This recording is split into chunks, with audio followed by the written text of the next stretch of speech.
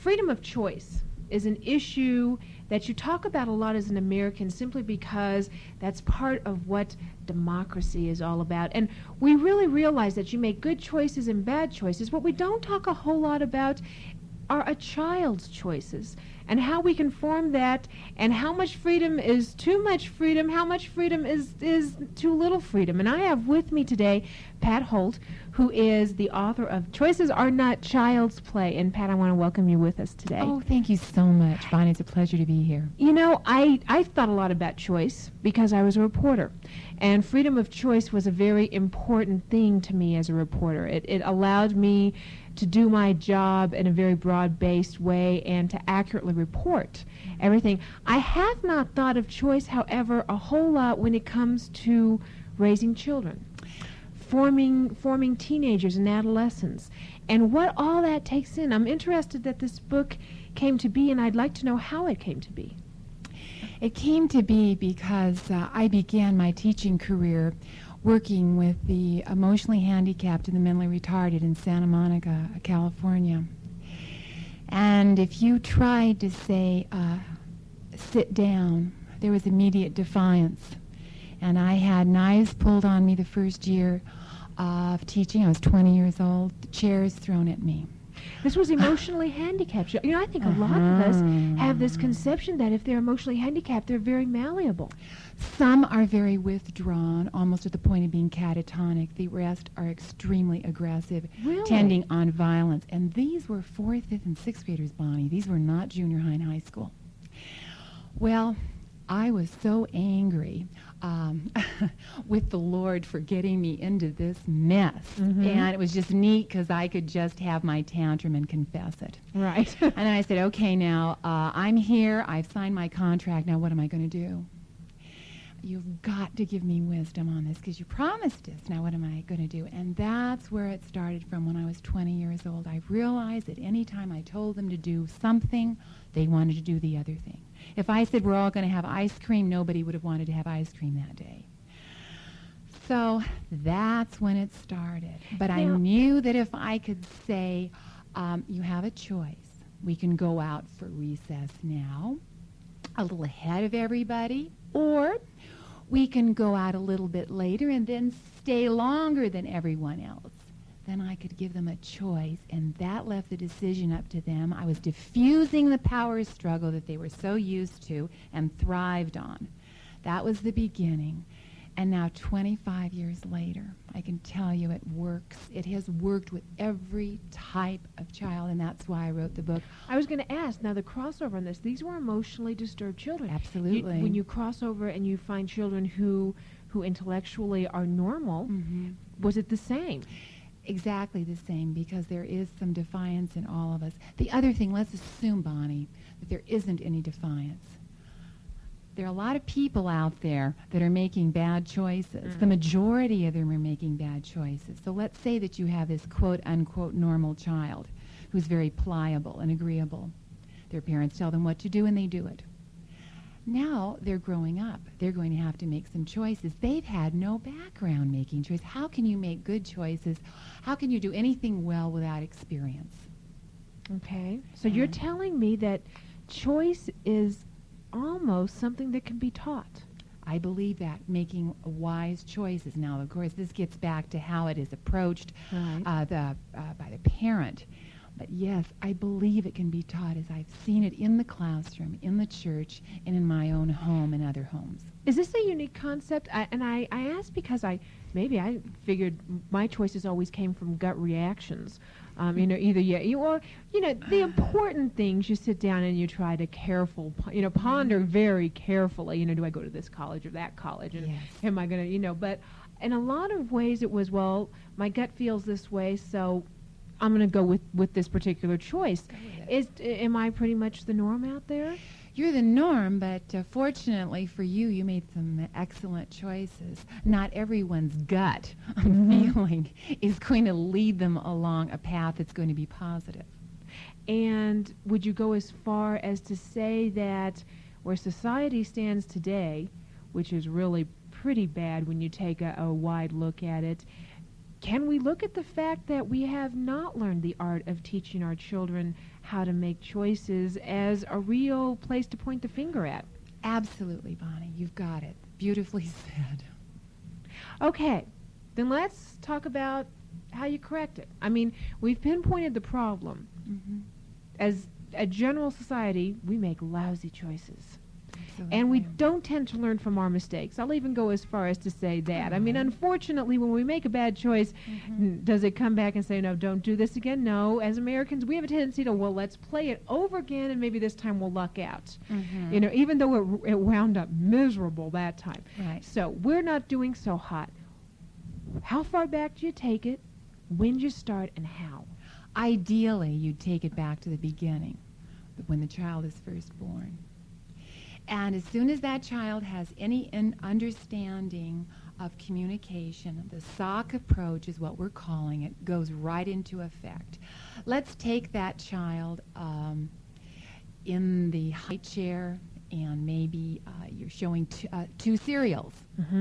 This morning, we're going to have, cereal. Maybe the child cannot speak. That's okay. They can point, and they know what they like from whatever.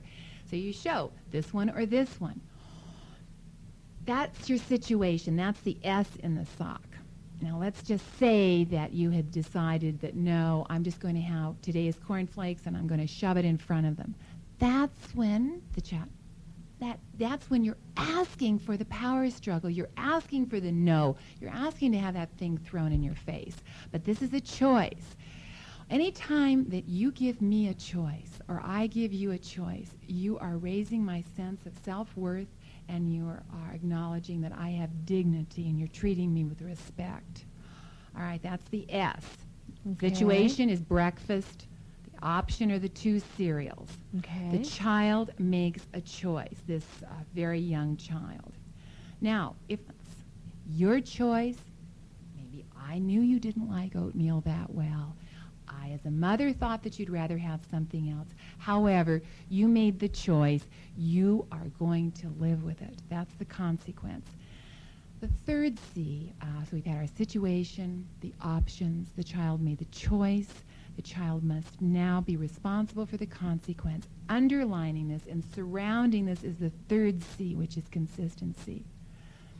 This whole thing will fall apart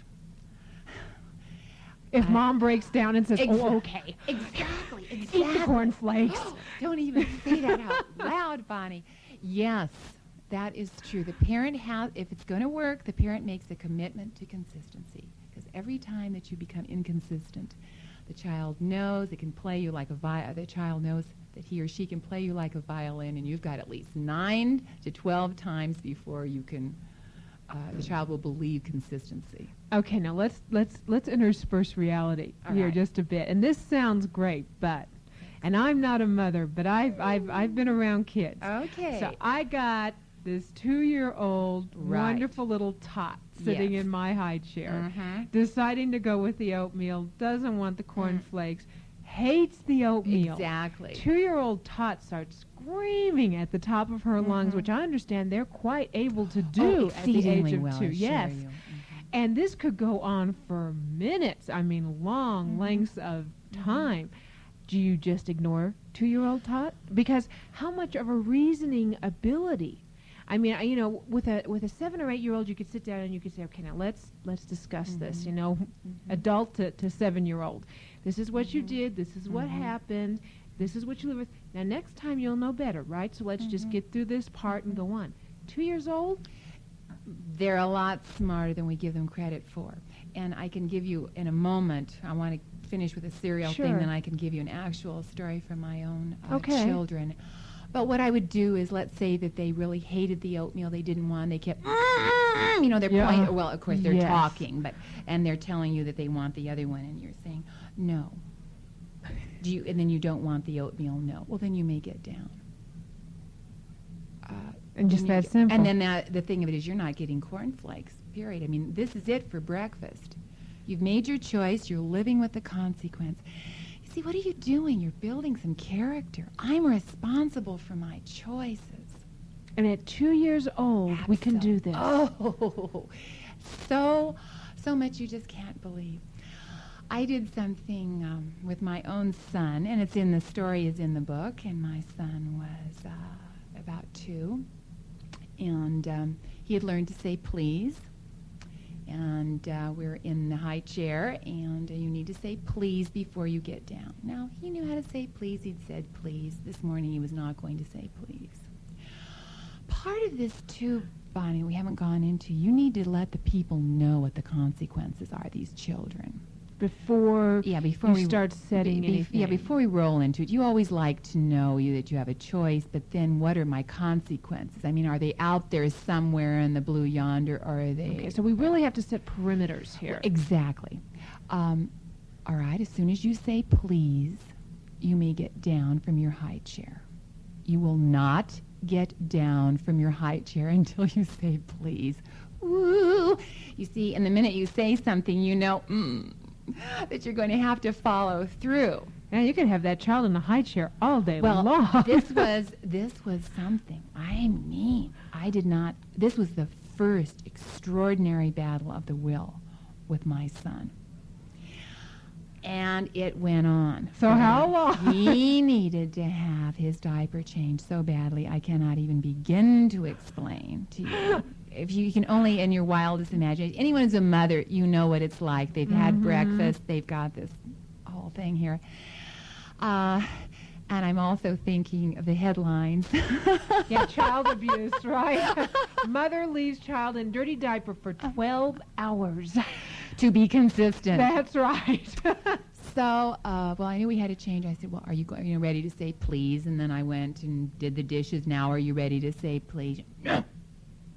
And all of this. Gary, your diaper needs changing. I'm going to take you out of the high chair, change your diaper, and then if you say please, you can do something else. Otherwise, I have to put you right back in. You must say please. Couldn't believe it. The diaper's changed, back in the high chair, not saying please. Now I'm really, I'm getting, oh, Lord, what am I going to do? Please save me from myself. That's right. Because I believed in consistency. Because, see, I had taught for 7 years before I had children. So, I knew. Well, whether it was an answer to prayer or finally, the breaking down, but he did say please. How long did we? It was approximately 2.5 hours. Wow. For a 2-year-old, that would be That's like 2 months. Was this a major turning point for your two? I mean, every day then from pretty much then on, the pleas came out without too much of a problem? Never had, Bonnie, that problem again. And what I'm really saying is that if you handle these problems early, I can promise you that you will reap a lovely harvest in the teen years. People ask me now about my children, ages 17 and 20, and they say, well, how are they? And I say, well, we're reaping what we've sown, and we love it. But it does make a lot of hard work.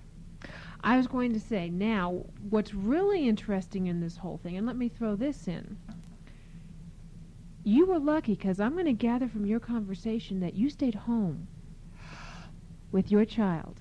Okay, that's now, another you're dimension. talking mom and dad who can pretty much plan consistency and can deal with this whole socks issue and say, well, now this is how we're going to raise little Johnny and little Julie, and we're going to be great with this. But enter in daycare, enter in babysitter, even to the point of enter in grandmas. Now, grandmas can be a real problem when it comes to discipline. Yes. I know this. Yes. I've seen it happen. Yes. So how do you deal with all these outside forces interrupting this wonderful harvest that you're trying to reach 20 years in the future? I did stay home for the first 3 years with my son. I was not able to do that with my daughter because I began one of these preschools. There were other people, but we still were able to be consistent. And yes, they went to Sunday school and church and had people who just would let others get by with them. But these are like the standards. And you start building in also as part of this, you're a hold. And you see that child over there in the grocery store or wherever it is, and they're screaming and yelling. Do we behave like that? No. How do we behave? See, you're a hold. We do things differently, and we love Jesus, and we behave differently too. You start building in a real pride, family honor, things that you haven't heard about ever, right? I mean, is that a whole new concept? Right, Proud of your last yes, name, right. wanting to bring honor to your family, and again, this in a very, very real sense. And we would have other children in our home. And we had our children go to homes where the mother was a permissive, whatever it takes to make them happy, that's all I want. Totally different. What I would do is, you're going to go over to so-and-so's house now. They don't do things the way we do them. They say things that they want the child to do, but they don't really mean it. And you prepare them. If you think of yourself somewhat as a military strategist, as a parent, and that's not overstating the case, but you've got to, you're But let me think. Let me tell you, I've got people out there listening to this who are going, oh my goodness, did those children have any fun growing up? Totally. I mean, did they live in this strict environment where, little drill people running around and marching? And No, see, I'm thinking Sound of Music here and the whistle, the little kids running down. You're thinking authoritarian, where the parent calls the shots and the child goes and behaves. That creates a power struggle. Okay. No, I believe in very few rules. Lots, but they will be enforced, the ones that are there, and lots of choices. You see, it's the choices again. Let me ask you, now let's get into this a little deeper. What if you where do you draw the line as a parent on allowing them to choose a decision? I mean, that's a stove. It's hot when the burner's on. You can choose to touch it. If you touch it, you're going to burn your hand. If you don't touch it, you won't. I mean, you're getting to you can get into an area there where the child can actually do harm to itself. You allow the child age-appropriate consequences. Now, harm is where it stops. Okay. I don't say, well, I really want you to be on the sidewalk, but you do have a choice to run into the street. No. Okay. There are natural consequences, and then there are logical consequences. And how do you define the perimeters of harm? In today's society, harm is such a broad-based subject. I mean, kids can, and it's a scary thing to think of, but teenagers can be irreparably damaged for their future by not taking the right course load, by not going to the right college. I mean, and these aren't even what we would have considered 10, 15 years ago to be major serious problems. But, boy, in today's society where the pressure and the stress and everything else is so high, almost every choice can be considered a serious choice. Yes, and that's why we say that choices are not child's play. And the earlier you start, the better. I'll give you just a couple of, I'll give you one with my son. Okay. He was in 7th grade. He was at a very well-known prep school named Harvard on the West Coast. He had done great in elementary school, and the grades were sent out. Dum-da-dum-dum. Not real good. We're paying like $7,000 a year, which we could ill afford, and we see these grades. All right, your father and I want you to take a look at these grades, and we will discuss this after dinner.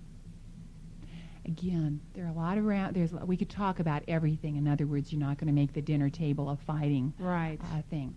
So we did, and instead of just attacking him, Gary, tell us about these grades. Well, they're not very good. Well, why aren't they? Is it too hard for you at Harvard? No, I don't. It's not too hard. I don't think so. Well, then what's going on here? Well, I just guess I really wasn't studying. Well, I guess it's showing now, isn't it? What are you going to do about it? Are you going to study? Well, I think so. Tell you what, Gary, you really wanted to go to Harvard. You could have gone to a public school, or you could have gone to a private Christian school, but you chose to go to Harvard, and you had the grades to get in. We're sacrificing to keep you there. Mhm. So, your choice. You improve your grades and you stay there. Or you decide to keep goofing off, not studying, and you're going to be in a public school so fast it'll make your head spin. Now, you know, I had a dichotomy. I'd like to save the money every year. That's right. That's the one side of me. The other side of me is I really wanted the best education for a child who was academically gifted. Sure. That's the way we did leave the choice up to him. But, you see, with the consistency pattern, he knew we were serious. Well, good ending. He improved his grades, graduated. He is currently at Caltech on a scholarship.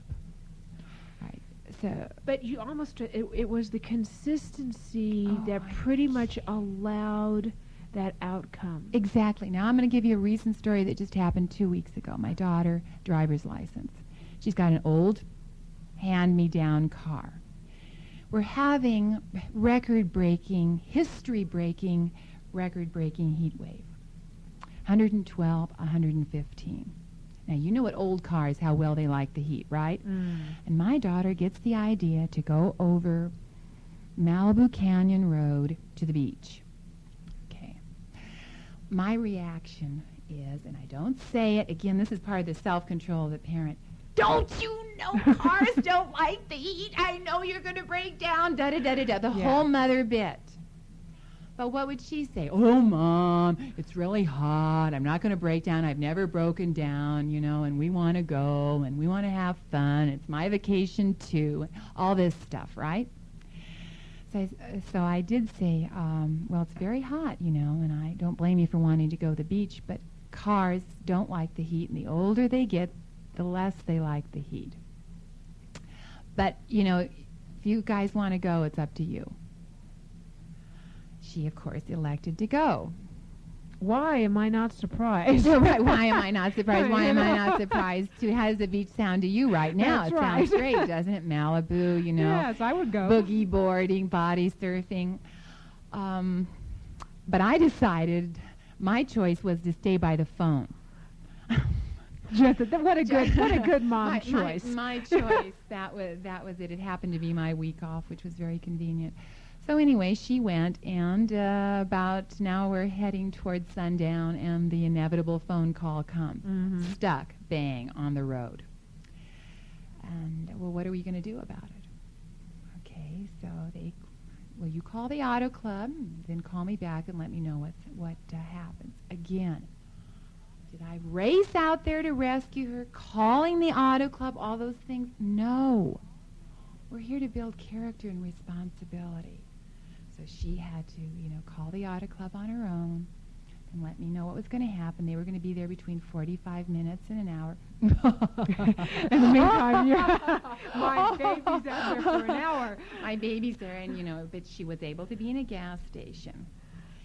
Well, okay, give me the telephone number of the gas station. Right. Because, of course, I'm surprised you didn't surreptitiously drive by a couple of times. I was so tempted. I wanted to leave the house so badly and rescue my baby because I didn't think the auto club would be there, and they were not there. It took them 2.5 hours. Okay? She came home, and she really had learned a lesson. Hey, guess what? Old cars don't like the heat, and, you know, so forth. So does that help? It does. Okay, now, let's talk about, you know, this is a great, I love the sound of it, and I can understand where if you start this on day one with a brand new baby right now, if you're hearing this tape today and you are delivering any week, run out, get this book, Choices Are Not Child's Play, because this is something you want to read. What if you already have a 7, 8, 9, 10, 11, 12-year-old, whatever, and this is not something that you have put into play already? This kind of up and changes the rules midway through the game. Okay, thank you. Because this is what happens. I have women coming in, mothers and fathers coming into my office on a weekly basis saying, we've made a lot of mistakes. Yeah. And we're now starting to realize that if this is the way this child is in 2nd and 3rd grade, what's going to happen in junior high? What do we do now? We've done it all wrong. Then again, you I suggest that they sit down with the child. Once the husband and wife agree, if there are two parents in the home, really, they need to agree that we're going to start being consistent and be the sock parents in the home, and tell the child how it's going to be different. You know, sometimes you've gotten by with things, and I know you have. And sometimes I've just been screaming at you and really, and then let you have your way and whatever applies. And it's going to be different now, because we really want you to be responsible, but we want you to have choices too. That would be fun. Wouldn't you like to have more choices than you've been having? Oh, they love that, because they don't. Nobody likes the power. You know, nobody likes the power struggle. It can be done. Those first few months, though, are going to really be hard.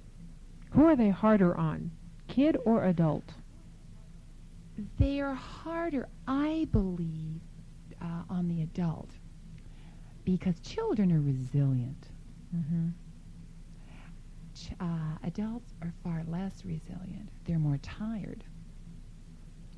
I know what it's like to come home and feel exhausted, and then, you know, then this consistency thing goes into play. But the rewards are great, and I've had people crying, saying thank you. But you will have an immediate sort of a success, but then that child's going to test you, and they'll be, you know, it's, what is it, forward 3 steps, backward 2. You just got to prepare yourself for that. It can be done. One other thing, Bonnie, that's always amused me is when I was the director of a preschool, I could see these kids kick their mother when they saw her, and they could come and sit down in the classroom and behave.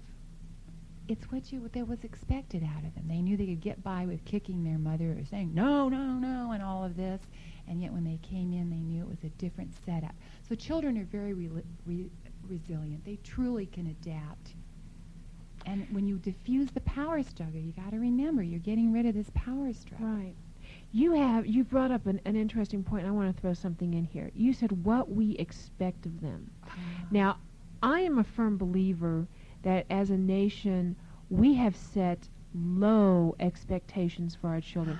If there's, as a matter of fact, I did a show on it a couple weeks, The Simpsons. If there is anything that irks me, it's that horrid T-shirt out there that says "Underachiever and Proud of It Man," and we have parents buying those T-shirts for their kids right and left, sending out a general statement in my mind that it's okay to be mediocre.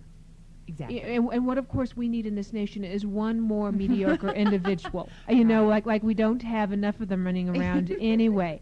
So, I mean, am I so far wrong? Do you find this being, I mean, you're the head of a school, and you see kids come in every year and new kids come in. Do you find also that you think we have, I mean, terribly low expectations, even from when I was a child? Exactly. And part of this whole approach is you're building the child up.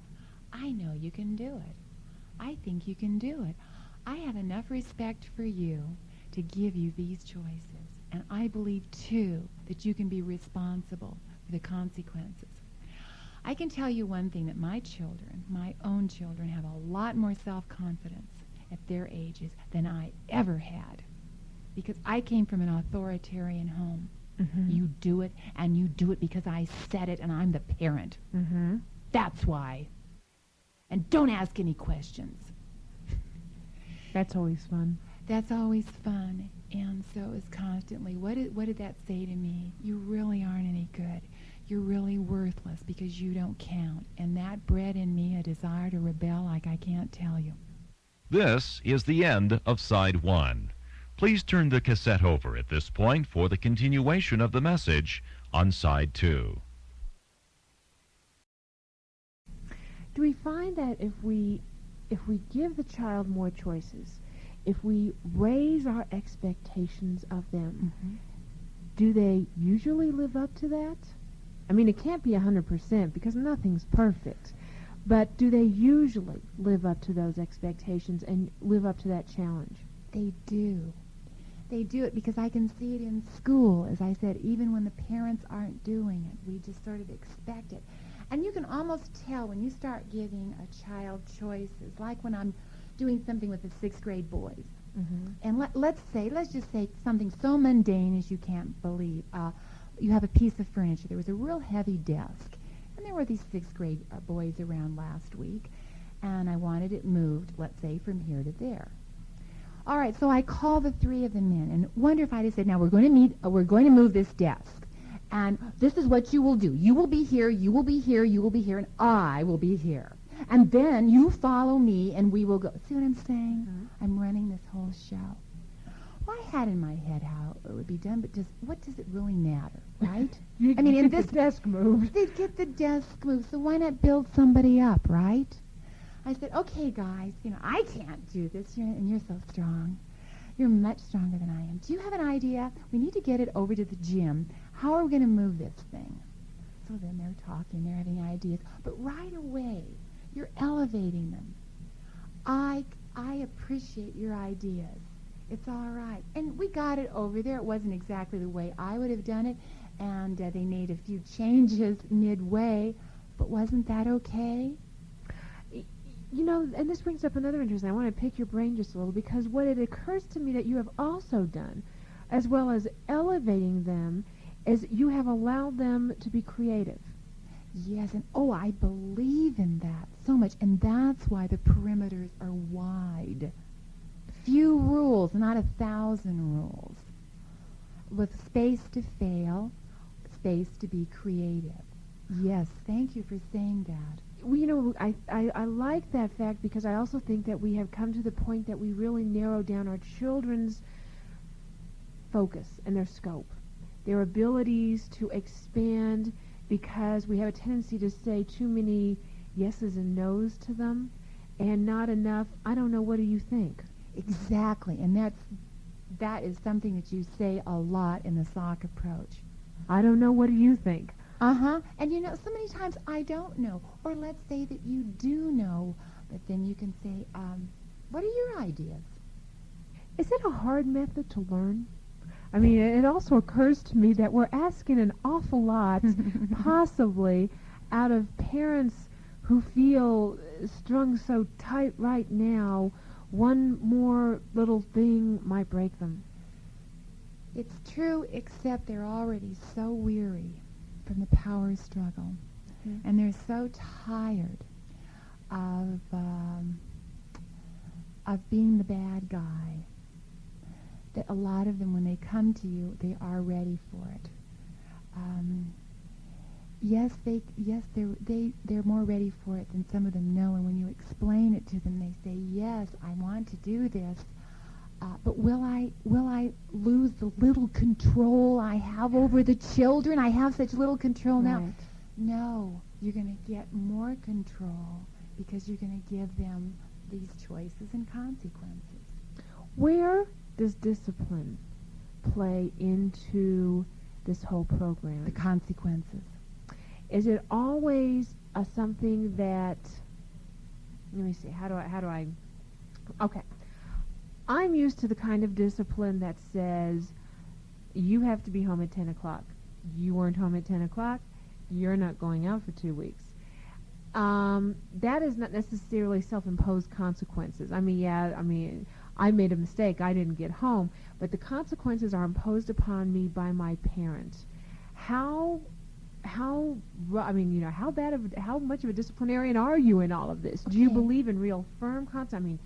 Do you believe in punishment? Do you believe in spanking a child? I'm sure there are parents out there who say, well, I can do this much quicker. I'll just give little Johnny a swat where it counts, and I don't have to worry about choices anymore. Well, just let's address that first, and then go Okay. back to the 10 o'clock. I want to be sure to Okay. come back to that. Spanking, yes. I spanked my children, or my husband and I did, seldom. And when we did, They knew it. they knew it. They're the only times we each spanked them together once, and that's when they tried to play us against each other. And we let them both know on those single occasions, you do not do that in this household. But now, But was that a situation where there had been a choice offered to them first? I can't see that that coming up in a kind of thing. Okay, now it may come up someday that you may want to choose us together. This is your choice. You can do this, but if you do, you're going to get this in return. it's kind of like one of these things where they say to one parent, can I do this? I don't know, something just silly. Can I go outside and do whatever? One says yes, and one says no. No, you have to do the garbage first or whatever. And that's how it happened. We took care of that. But let's go back to the 10 o'clock. Okay. Okay. Let's say, where were you going with something about this 10 o'clock? Just pick a fictitious place. With me, it was probably the mall. Oh, yes. If I could find a mall that was open up at 10 p.m., I would have been there. All right, you're going to the mall. Very good choice. Thank you. I spent a lot of time at the mall. Yes. Okay, you guys are going to the mall. And what time do you think you should be back? Well, I think I should be allowed to stay there until the last store shuts down and goes out of business, basically. All right, let's see. The mall's closing. They usually close at, what, 9:30? Yeah, they do. 9:30. So we'll need to have you come home right away after. So that means you will be home at 10 o'clock. So that's when I'll expect you. Now, let's assume then that they get home at 10:30. Well, of course, you're like, where are they? Who's taking my children? And what are they doing with them? And all of this thing. And it turned out that they stopped for some yogurt, we'll say, or something like that, because it was right there, or they were in a shop or whatever, and they stayed open. What did you say? You said you'd be home by 10 o'clock, and I trusted you. So what have you done right now? You've broken my trust. I said you could be home kind of whenever. We agreed on. You told me 10 o'clock. What do you think now is a fair consequence for really betraying my trust? Oh, really? You leave it up to them? In this particular case, because what do you do when you have the child who is... and every teenager can tend to be on the smart alecky side. I don't care how well you raise them. It's just, I think it's like this pain of teenagerdom. Human nature. Yeah, right. You know, I mean, it's there. It's inbred in the genes when they get to that age. So you have one of them that looks up to you and go, well, you know, I think that I probably should not get yogurt for another 24 hours. Well, I disagree. Oh, okay. That is not an appropriate consequence. Okay. Your father and I were really worried. Try again. Try again. Keep going until you see me shake my head up and down. Just keep going on this. And often they'll come up with something. Because, you see, there is that trust element is also in all of this. And they begin to trust you. And, you know, if I tell them that I'm going to be home at 10 o'clock, they're going to start worrying at 10:30 also. Listening to you, I'm going to guesstimate that you're a very big proponent of a lot of discussion with your children, a lot of talking, a lot of communication. I really believe in it. And I also believe, too, Bonnie, that there are many times when I make mistakes, a lot of them. And from day one, it was always easy for me, because I started day one, to say, I'm sorry. I'm sorry when I've lost my temper, because here I'm telling them, I don't want to be screamed at, do you? And I'm sorry. And will you forgive me? And they will. How much slack do you cut kids? And because that's interesting, and it is true. As parents, you make a mistake. You lose your temper, you get frustrated, work, pop, whatever, and so you scream or whatever. You know, 2 weeks from then, you come into a situation, and I really do believe that children at a very young age today are put under intense stress when they're in the school situation, when they're dealing with peer pressure. Absolutely. It's phenomenal to me, the kind of stress that's on even a 5 or a 6-year-old today. They may very well react out of that stress situation too, and do something that you know isn't appropriate, and they even know isn't appropriate, and they wouldn't have done probably under any other situation. Do you cut them slack at that point, or is there still that consequence, punishment there to pay for that? Well, you always are looking at the big picture. It's just like if somebody snaps and it's before dinner, well, we're all I know you're hungry. Look, I'm hungry too. Let's just set this table and get this thing On get the this thing." road. So in that case, yes, you give them some slack. You do give them I'm some hot slack. too. I'm hot and sweaty too, and I know that we're late and all of this thing. I understand. Another phrase I like to use. I understand how you feel. I feel that way too. When the girls hit puberty, before that period starts, just as they're moving into puberty, you've got about 3 to 6 months where they're like premenstrual the whole time. The entire day. Okay. And and I could talk to my daughter, and I know your period's getting ready to start. I know this is a really hard time. I understand. I've been there. And because you know how I am when I'm at that time of the month. So you do give them some slack. And yes, you're right. I do want to talk about a lot of communication rather than just sit down.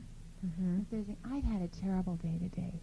My day today, you can't believe. I got, no peace today. All these people with all their problems. I'm exhausted.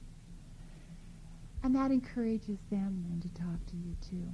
Yes, communication is vital. Do you find dealing with parents in your school system that we are becoming better communicators as parents or worse communicators? Sometimes that's an interesting question. We're sometimes communicating, but we're not we're talking a lot, but we're not communicating. Okay. There seems to be a fear of losing parental control if we really tell them that we're having a bad day or that maybe our feelings have been hurt.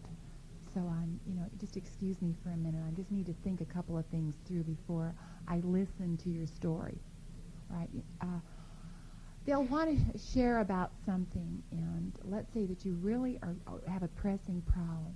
I want to hear that, but just something happened. I just got this phone call at the office, and can you just give me a couple of minutes to just think this thing through, and then I'll give you my full attention. Is there a fear of not appearing perfect Maybe in front of so. our children? Or all-knowing. And that's why a few I'm sorry's, I really blew it. It just clears the air. I don't have to be perfect. And my kids know it. I'm and not. therefore, they probably don't worry so much about being perfect and that whole perfectionist syndrome that's got every counselor and psychologist across the nation upset and crazy right now.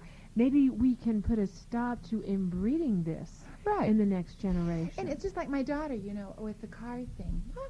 You made a mistake. Big deal. We all make mistakes. We go on. But that's okay. I mean, there was no big discussion how horrible this was, and I knew this would happen and all that. You made a mistake. It happens to all of us. You've learned a big lesson. Thank God nothing happened. We're okay. Let's move right along. I would think a very important part of this whole method and plan then would be the willingness of the parent to not come back and say, I told you so. Must never do that. If you had listened to me 5 hours ago, you wouldn't be in this mess today. You can't do that, because that just is ruining what you're trying to do, and that's putting the responsibility on them. So bite your tongue if you're out there listening to this, and your first inspiration here is to go, now see, I told you. If we had done this differently when Joe Jr. was 3 months old, we wouldn't have this little terror on our hands. But I know somewhere in America listening to us today, there is this poor couple who is raising Tiny Tim Terror. Mm-hmm. Beautiful, angelic-looking child, just wonderful. Inside, lurks the heart of a demon probably. Anything that he can do wrong, he wants to do wrong, and the parents love this child. Child's been raised in church. They always are. Yeah, get scripture read to in him every nightly. Service too. That's right, in every service. What are they supposed to do now that Tiny Tom Terror is 7 years old? What is their first step? Their first step, I think, is to get the book, of course. Yeah, that's right. And to get the principles, make a decision to be consistent and not be so fearful of letting the child have some opportunities for the right kind of choices. Maybe that child, again, is rebelling so much because he's not allowed any choices. I've seen those kids. You see, we've got them in all of our schools. There's not one school that doesn't have them. Incidentally, the kind of child that you're talking about, I don't know what about the movie, but this principle works very well with what is called the ADD child, attention deficit disorder.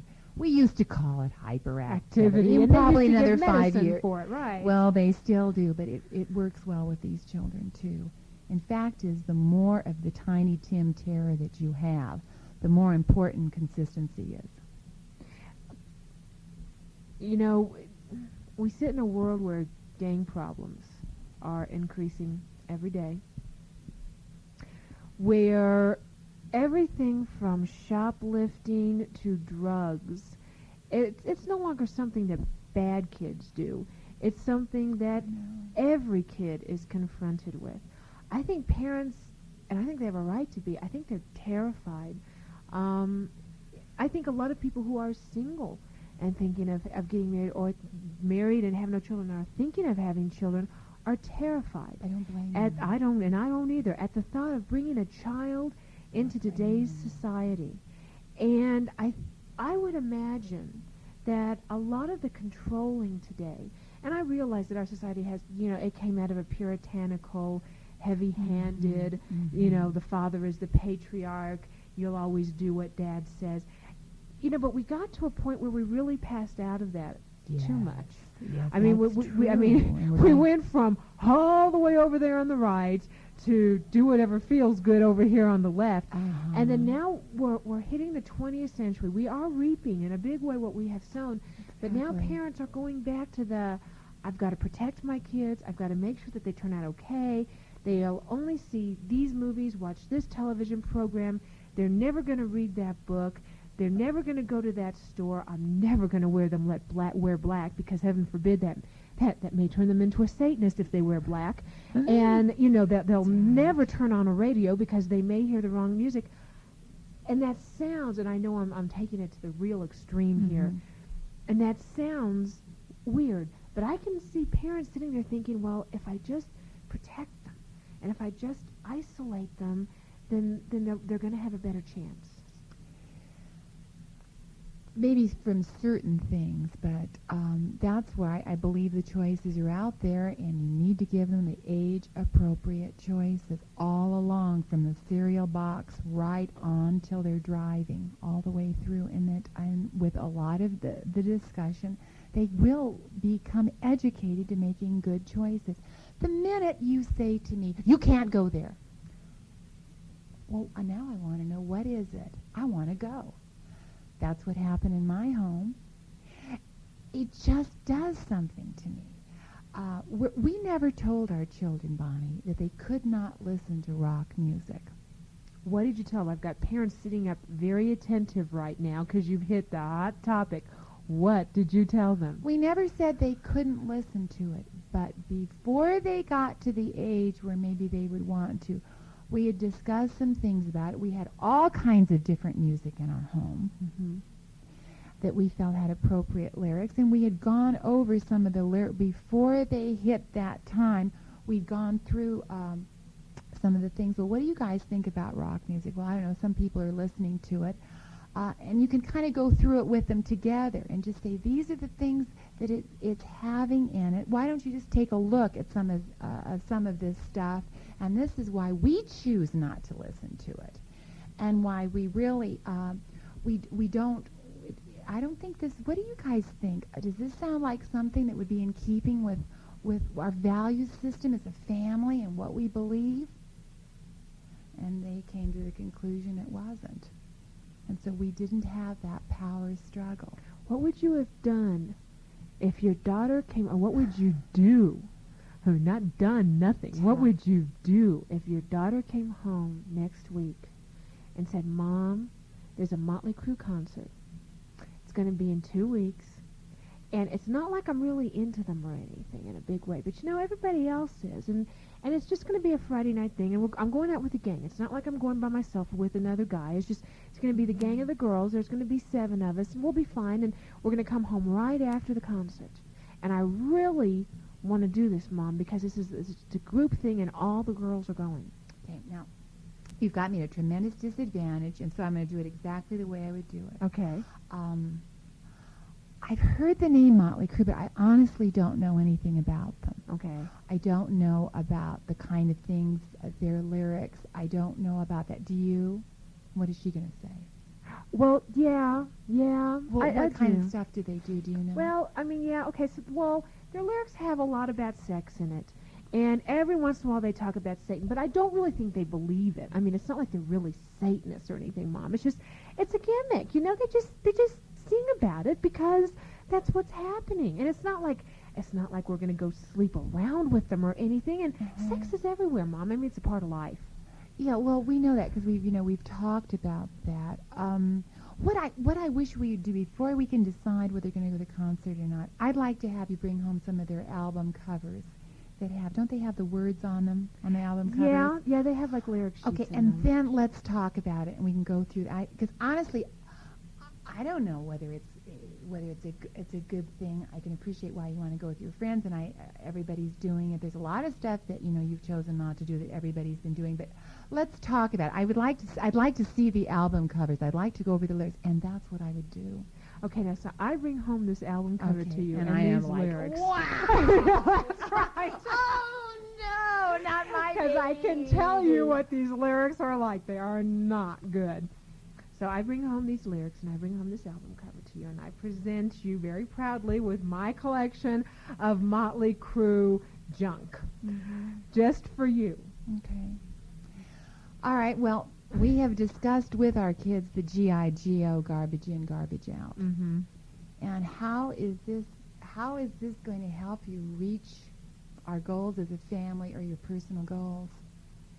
How is this going to help? It's probably not, Mom, but I mean, it's just fun. I mean, does everything have to help me reach a personal goal? Can I just also have fun?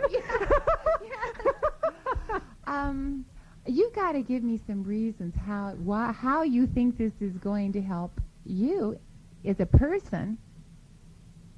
Well, it's going to widen my social spectrum. I'm not so sure.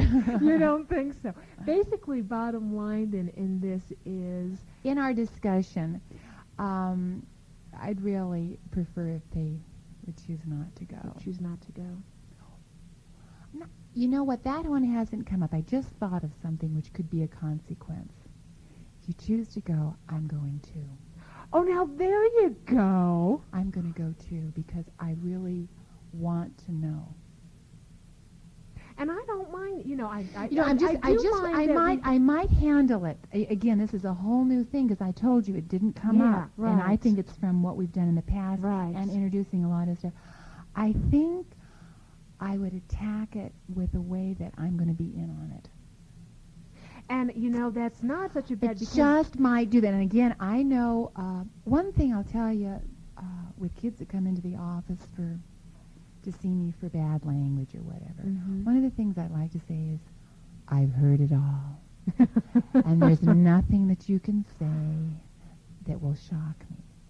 See, part of it is the shock value, and part of it is the us and them. I'm going to the conference. Oh, my parents would never do that. And I just think that maybe that would be a way. That's my first thought. Now, this one, I'll tell you, Bonnie, this is very good. This is going to take a lot of thinking, but that's kind of thing. I think that's the move. That might be the angle I'd go in. If you're going to be there, I'll be there right by your side. Well, it's just because I don't know about this. You've never been to a Motley Crue and I concert. haven't. And people out there, I don't know anything. Take cotton balls. Because we're close to running out of time here, and I want to talk about something else very serious. Because we've stressed consistency, we've stressed family unit. Let's talk about the fact that the divorce rate in the United States is skyrocketing.